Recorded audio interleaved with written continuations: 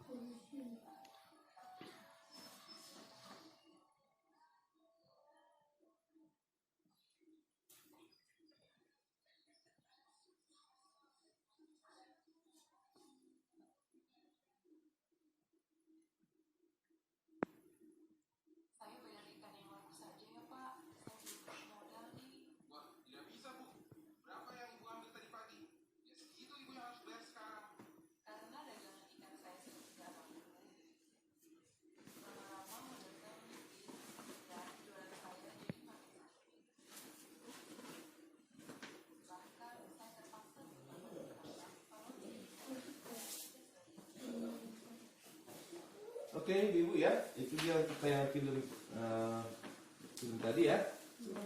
Oke Ibu, saya mau tanya nih, Ibu masalah apa yang terjadi pada usaha Ibu dulu tadi ya, kira-kira ya?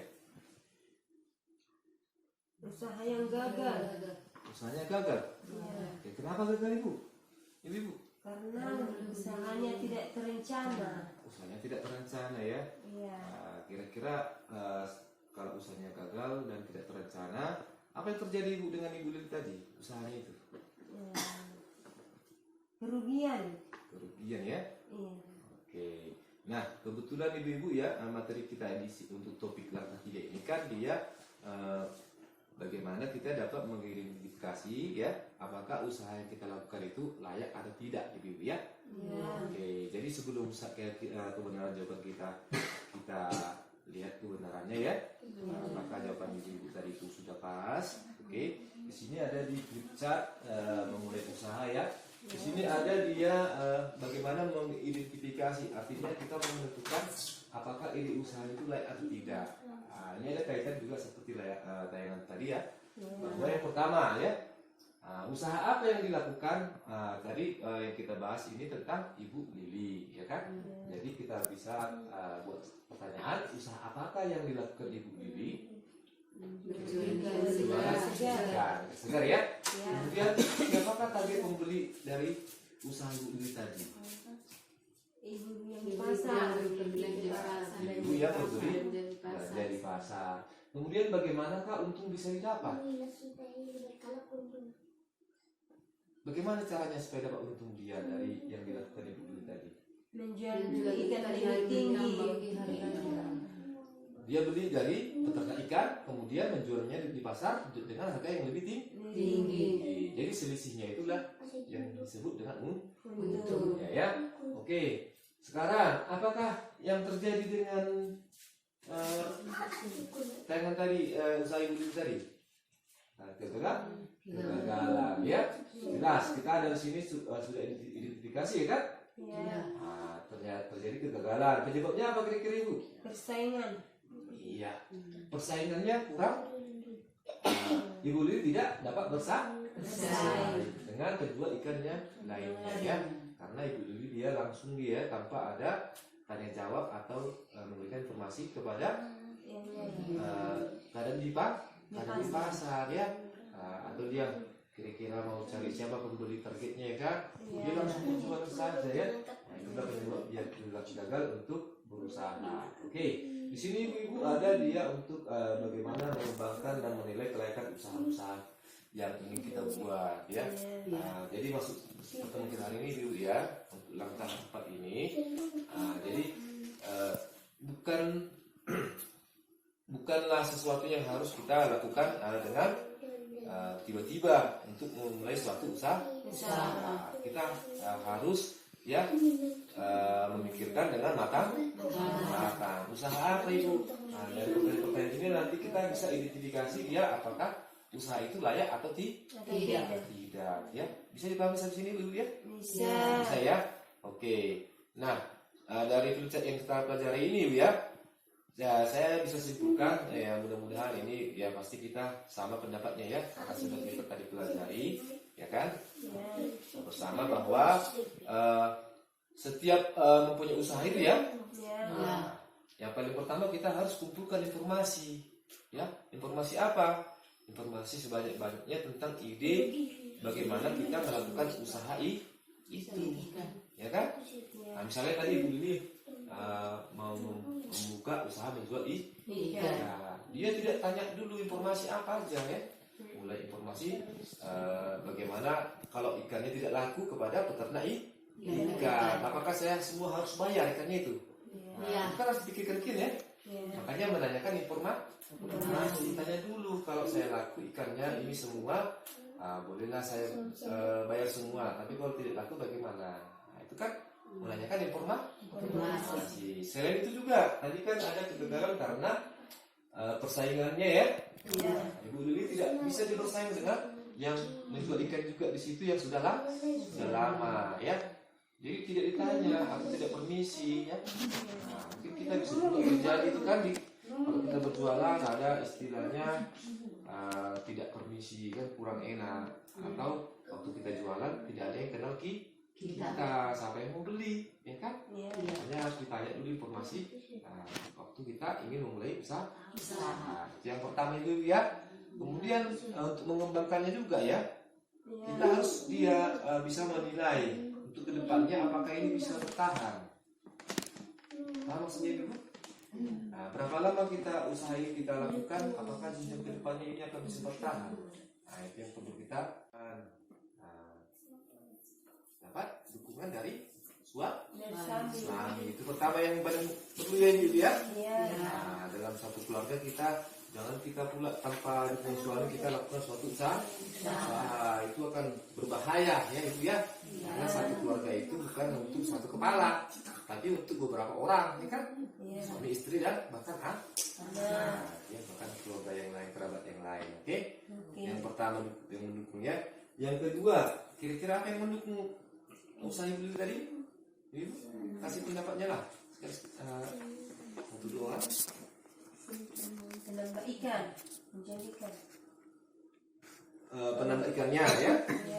Oke. Kenapa Ibu itu jadi mendukung dia? Bisa memberikan ikan duluan tanpa uangnya dulu. Oh iya, petambak ikannya atau peternak ikannya dia rela ikannya itu didulukan dulu untuk dijual, ya, kemudian dibayarkan. Itu yang mendukung, ya. Sekalipun nanti ujungnya tadi sudah tahu, ya. Nah, peternak ikannya tidak mau kalau yang dibayar hanya yang laku. Bisa langsung kembalikannya. Oke. Ada lagi kira-kira yang mendukung Ibu? Usaha Ibu Lili tadi? Oke lah, saya anggap sudah bisa lah semua, ya. Nah, jadi kira-kira yang sebaliknya yang tidak mendukung Ibu. Apa yang membuat Kalau tidak mendukung berarti terjadi kerugian bagi usaha ibu di tadi. Kira-kira ada yang seperti yang tidak Persaingan di mendukung? pasar. Oke, saingannya ya. Iya. Yang tidak mendukung dia mungkin lebih laku ya saingannya. Iya. Nah, jadi ikannya yang tidak laku ya kan mungkin laku sebagian, mungkin tidak laku lebih banyak ya. Iya. Nah, jadi dia akan oke. Selain itu apa lagi Bu? Jadi yang tidak mendukung.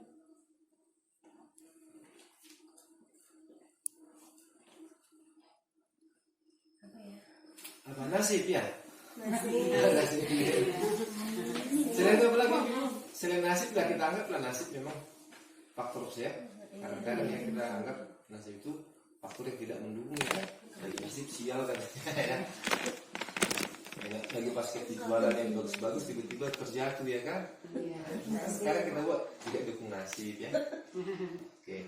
Nah selain itulah ibu. Apalagi yang kira-kira tidak mendukung usaha dari Ibu Lili. Jadi Ibu Lili mengalami kegagalan usaha. Apa yang kira-kira ya? Tidak ada? Tidak ada pembeli. Tidak ada pembeli ya? Pembeli tidak ada ya? Iya. Jadi tidak ada dukungan dari pembeli. Tadi beda ya dengan pesaingnya. Kalau yang bersaing itu yang sama-sama berjualan dengan Ibu Iya. Lili lebih laku karena yang menjual sama-sama menjual ikan di situ lebih banyak pembeli yang mengenal di ya. Sedangkan Ibu Lili tidak dikenal. Nah, itu dia yang tidak mendukung usaha Ibu Lili tadi ya. Selain itu apa lagi Ibu kira-kira? Ada lagi yang tidak mendukung usaha Ibu Lili ini?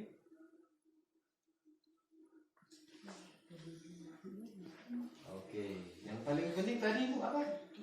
Kan tidak dipikirkan matang-matang, ya kan? Berarti tidak ada perencanaan dia, ya kan? Tapi kira-kira yang dia mendukungnya apa nih kira-kira? Dia tidak dipikirkan tadi efeknya apa? Yang dia jual itu tidak bisa tahan lama.